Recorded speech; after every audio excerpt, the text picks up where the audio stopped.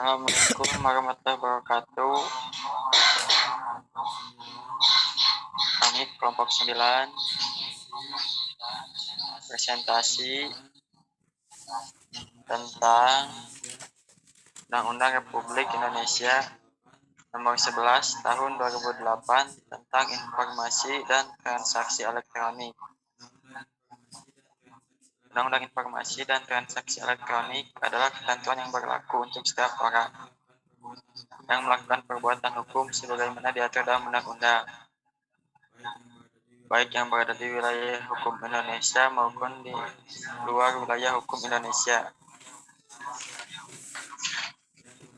yang memiliki akibat hukum di wilayah Indonesia atau di luar wilayah Indonesia yang merugikan kepentingan Indonesia.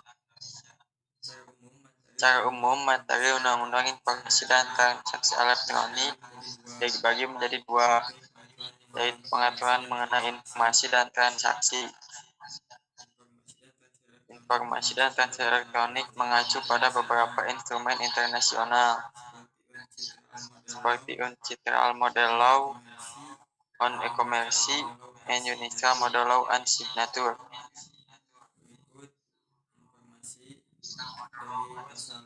Berikut pasal 21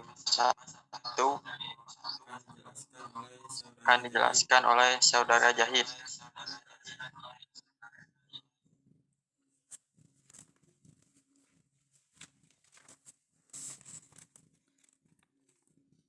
Terima kasih atas waktunya Saudara Gilang. Informasi pasal 5 ayat 1.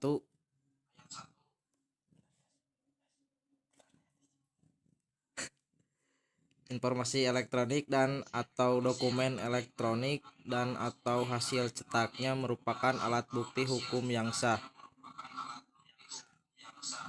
Informasi elektronik dan atau dokumen elektronik dan atau hasil cetaknya sebagaimana dimaksud pada ayat 1 merupakan perluasan dari alat bukti yang sah sesuai dengan hukum acara yang berlaku di Indonesia.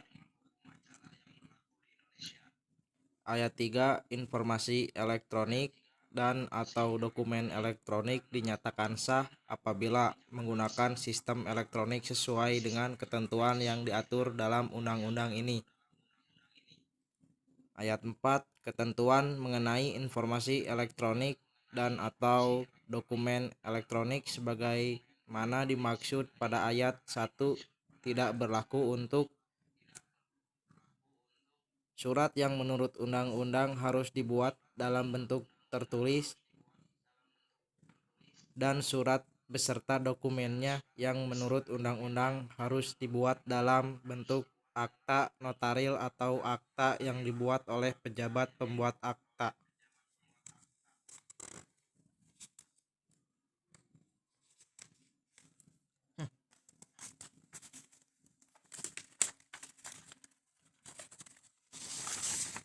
Analisis pasal ini menjelaskan bahwa informasi dan dokumen elektronik merupakan bukti yang sah apabila sesuai dengan peraturan perundang-undangan.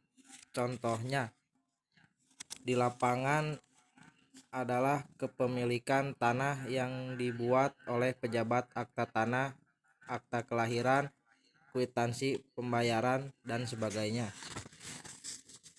Pelanggaran memasukkan dokumen-dokumen yang sudah sah menjadi tidak sah untuk kepentingan pribadi. Pasal 6, dalam hal terdapat ketentuan lain selain yang diatur dalam pasal 5 ayat 4 yang mensyaratkan bahwa suatu informasi harus berbentuk tertulis atau asli, informasi elektronik dan atau dokumen elektronik dianggap sah sepanjang informasi yang tercantum di dalamnya dapat diakses, ditampilkan, dijamin keutuhannya, dan dapat dipertanggungjawabkan sehingga menerangkan suatu keadaan.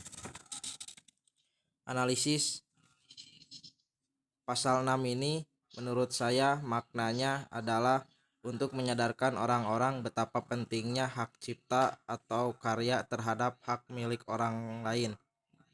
di masyarakat yang sekarang ini masih banyak yang memalsukan dokumen-dokumen untuk kepentingan pribadi. Pelanggaran Pelanggaran yang cukup berat atau meresahkan adalah seseorang yang sedang menjalani atau merintis karir sebagai konten kreator, biasanya disebut YouTuber, mengupload beberapa video orang lain yang sudah memiliki hak cipta tersendiri. Sekian penjelasan dari saya. Bisa dilanjut oleh Bapak Gilang.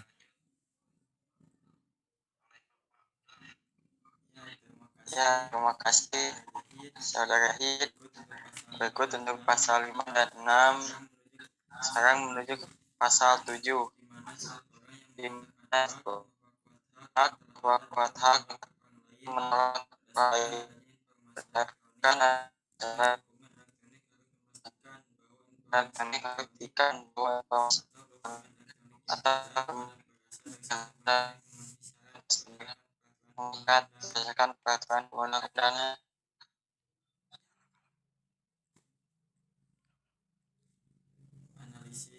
Analisis dalam pasal 7 ini menyatakan bahwa semua orang yang menyatakan hak kuat yang telah ada atau menolak orang lain berdasarkan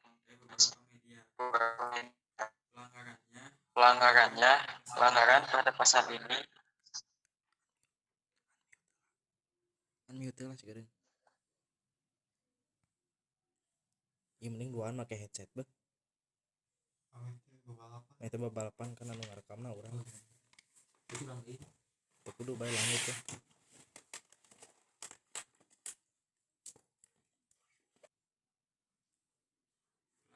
pelanggaran pada pasal ini, contohnya seseorang telah membuat karya di sebuah media tertentu. Kemudian, di kemudian hari ditiru atau dijiplak oleh orang-orang yang seenaknya dan menganggap seolah-olah karya tersebut murni miliknya. Menuju ke pasal 8. Pasal 8 ini 1. Kecuali diperjanjikan lain, waktu pengiriman suatu informasi elektronik dan dokumen elektronik ditentukan pada saat informasi elektronik dan dokumen tersebut telah dikirim dengan alamat yang benar oleh pengirim. 2. Kecuali diperjanjikan lain, waktu penerimaan suatu informasi elektronik atau dokumen elektronik ditentukan pada saat informasi elektronik memasuki sistem bawah kendali penerima yang berhak. 3. Dalam hal penerima telah menunjuk suatu sistem elektronik dan penerima memasuki sistem elektronik yang ditunjuk. Dalam hal terdapat dua lebih sistem yang digunakan dalam pengiriman dan penerimaan, baik melalui elektronik maupun dokumen elektronik. Analisis yang saya bisa analisis dalam pasal tersebut adalah muncul persepsi bahwa ada sebuah perjanjian yang sudah disepakati dan disetujui oleh kedua belah pihak dan tidak menimbulkan kerugian kepada pihak manapun. Pelanggaran-pelanggarannya, contohnya ada orang yang sengaja mereaction atau menilai video itu tak berupa lagu, syair, atau apapun, tetapi tidak ada kesepakatan atau tidak ada izin terlebih dahulu sebelum mengunggahnya atau mengirimkan ke media luas sehingga menimbulkan kerugian sepihak. Untuk selanjutnya, pasal 9 akan dilanjut oleh saudara Carlos. Saya menjelaskan pasal 9 dan pasal 10. Pasal 9, pelaku usaha yang menawarkan produk melalui sistem elektronik harus menyediakan informasi yang lengkap dan benar berkaitan dengan syarat kontrak, produsen, dan produk yang ditawarkan. analisis. Terkadang para produsen seringkali memanipulasi produknya sendiri atau bisa dikatakan membohongi konsumen demi keuntungan dan kepentingan produk produsen itu sendiri. Pelanggarannya contohnya semua iklan kecap di televisi mengakui bahwa mereka sama-sama kecap yang bermanis nomor 1 di Indonesia. Pasal 10. Bunyi redaksinya pertama, setiap pelaku usaha yang menyelenggarakan transaksi elektronik dapat disertifikasi oleh lembaga sertifikasi keandalan. Ayat 2. Ketentuan mengenai pembentukan lembaga sertifikasi keandalan sebagaimana dimaksud pada ayat 1 diatur dengan peraturan pemerintah. Analisisnya, pelaku usaha yang menggunakan transaksi elektronik bisa melakukan sertifikasi keandalan oleh lembaga yang bersangkutan.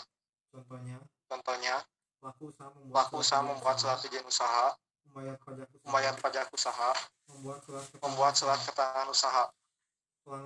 Pelanggaran yang sering terjadi memasukkan surat keterangan usaha atau SKU dengan mengajukan bantuan UMKM dari pemerintah dan sudah di ACC, tetapi uang yang sudah diterima tidak dipergunakan sebagaimana mestinya. Sekian penjelasan dari saya. Saya kembalikan pada moderator.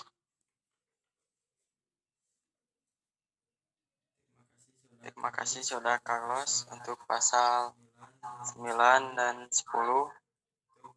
Untuk pasal selanjutnya akan dijelaskan oleh Rizky Rimba. Ini saya akan menjelaskan pasal 17 1 yang bunyinya penyelenggaraan transaksi elektronik dapat dilakukan dua para pihak yang melakukan transaksi elektronik maksud pada ayat wajib bersikap baik dalam melakukan interaksi dan elektronik atau dokumen elektronik sama tiga ketentuan lanjut elektronik sebagaimana dimaksud pada ayat nomor 1 yaitu diatur dengan peraturan pemerintah. Analisis dari pasal 17 ini yaitu pasal ini menjelaskan tentang peluang pemanfaatan teknologi informasi di mana teknologi ini sudah berkembang pesat hingga saat ini dan dimanfaatkan oleh penyelenggara negara. Pemanfaatan teknologi ini harus dilakukan secara baik, tanggung jawab, efektif, serta efisiensi agar memperoleh manfaat yang besar bagi masyarakat. Implementasi negatif di lapangannya yaitu di kalangan masyarakat selalu ada yang merasa diperlakukan dengan seenaknya oleh pelaku usaha. Mengabaikan jika beli online si pelaku usaha terkadang. Selanjutnya pasal 18 ayat 1 yang berbunyi si elektronik yang dituangkan dalam kontrak elektronik mengikat para pihak memiliki kewenangan untuk memilih hukum yang berlaku bagi transaksi internasional yang dibuatnya. Para pihak tidak melakukan pilihan hukum dalam transaksi elektronik internasional, hukum yang berlaku didasarkan pada asas hukum perdata internasional. Para pihak memiliki kewenangan untuk menetapkan forum pengadilan, arbitrase, atau lembaga penyelesaian sengketa alternatif lainnya yang berwenang menangani sengketa yang mungkin timbul dari transaksi elektronik internasional yang dibuatnya. Jika para pihak tidak melakukan pilihan forum sebagaimana dimaksud pada ayat 4, penetapan kewarganegaraan pengadilan, arbitrase, atau lembaga penyelesaian sengketa alternatif lainnya yang berwenang menangani sengketa atau mungkin timbul dari transaksi tersebut berdasarkan pada asas hukum perdata internasional. Analisisnya, setelah membaca dan menganalisis tentang pasal 18 ini, maka muncullah suatu perjanjian yang mengikat kedua belah pihak yang bersangkutan dan tidak bisa dilanggar sampai waktu yang telah ditentukan dalam perjanjian tersebut, kecuali dalam konteks tertentu dan disetujui pula oleh kedua belah pihak. Contohnya, perjanjian brand ambassador dengan e-commerce tidak dapat diputus kontrak walaupun pihak yang bersangkutan telah tiada atau meninggal dunia. Sekian penjelasan dari saya kembalikan kepada moderator.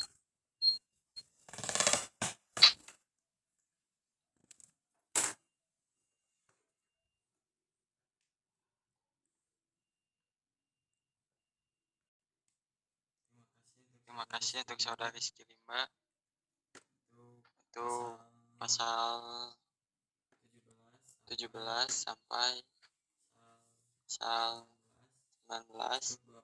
Untuk dua pasal terakhir dipersilakan kepada saudara Mahmud Gilang Fajar.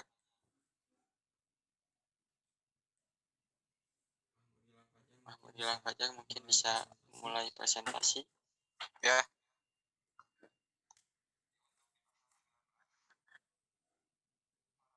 Ya, untuk di pasal 19 harus menggunakan sistem elektronik yang disepakati. Dan dianalisisnya dalam pasal 19 ini saya menganalisis bahwa musyawarah sangat diperlukan untuk mencapai sebuah kesepakatan sebelum transaksi dimulai agar tidak menimbulkan masalah di lain waktu.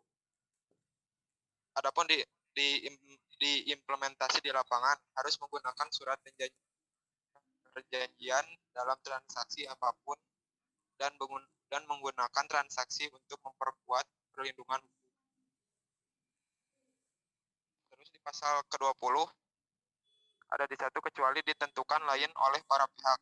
Transaksi elektronik terjadi pada saat penawaran transaksi yang dikirim pengirim telah diterima dan disetujui penerima. 2. Persetujuan atas penawaran transaksi elektronik sebagai dimaksud pada ayat. 3. Harus dilakukan dengan pernyataan penerima secara elektronik. Analisisnya setelah menganalisis pasal 20, maknanya yang bisa saya ambil adalah kesepakatan transaksi elektronik dalam hal apapun akan terjadi atau terwujud jikalau kedua belah pihak atau lebih pihak ketiga sudah menyetujuinya. Di pelanggarannya setelah melihat barang-barang yang bagus dan sudah memesan produk tersebut melalui toko online. Tetapi setelah barang sampai sangat jauh, bahkan beda produk dengan yang dilihat pada gambar sebelumnya, atau bisa dikatakan tidak sesuai ekspektasi. Di pasal 21, pengirim atau penerima dapat melakukan transaksi elektronik sendiri melalui pihak yang dikuasainya atau melalui agen elektronik. 2. Pihak yang bertanggung jawab atas segala akibat hukum dalam pelaksanaan transaksi elektronik sebagaimana dimaksud pada ayat 1 diatur sebagai berikut.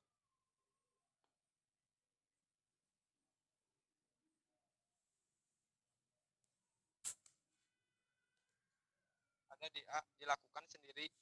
Segala akibat hukum dalam pelaksanaannya transaksi elektronik menjadi tanggung jawab para pihak yang bertransaksi. B. Jika dikalau melalui pemberian kuasa, segala akibat hukum dalam pelaksanaan transaksi elektronik menjadi tanggung jawab pemberi kuasa, atau jika dilakukan melalui agen elektronik, segala akibat hukum dalam pelaksanaan transaksi elektronik menjadi tanggung jawab penyelenggara agen elektronik.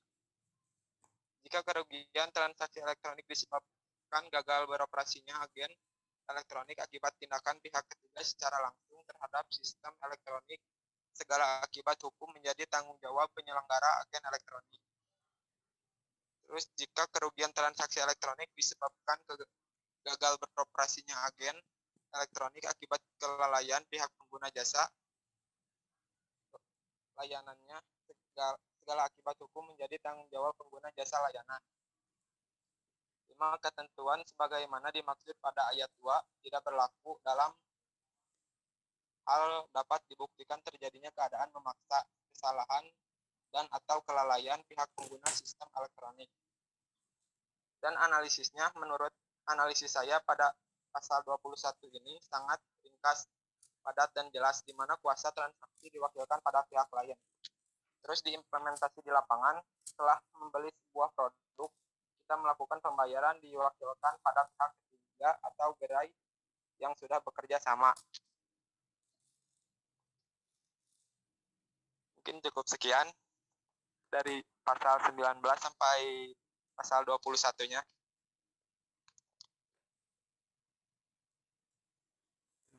Terima kasih Saudara Mahmud Gilang Pajak. Sekian presentasi dari kelompok 9 mengenai Undang-Undang Nomor 11 Tahun 2008 tentang informasi dan transaksi elektronik pada mata kuliah Pancasila. Mohon maaf bila ada kekurangan pada. Assalamualaikum warahmatullahi wabarakatuh. Waalaikumsalam.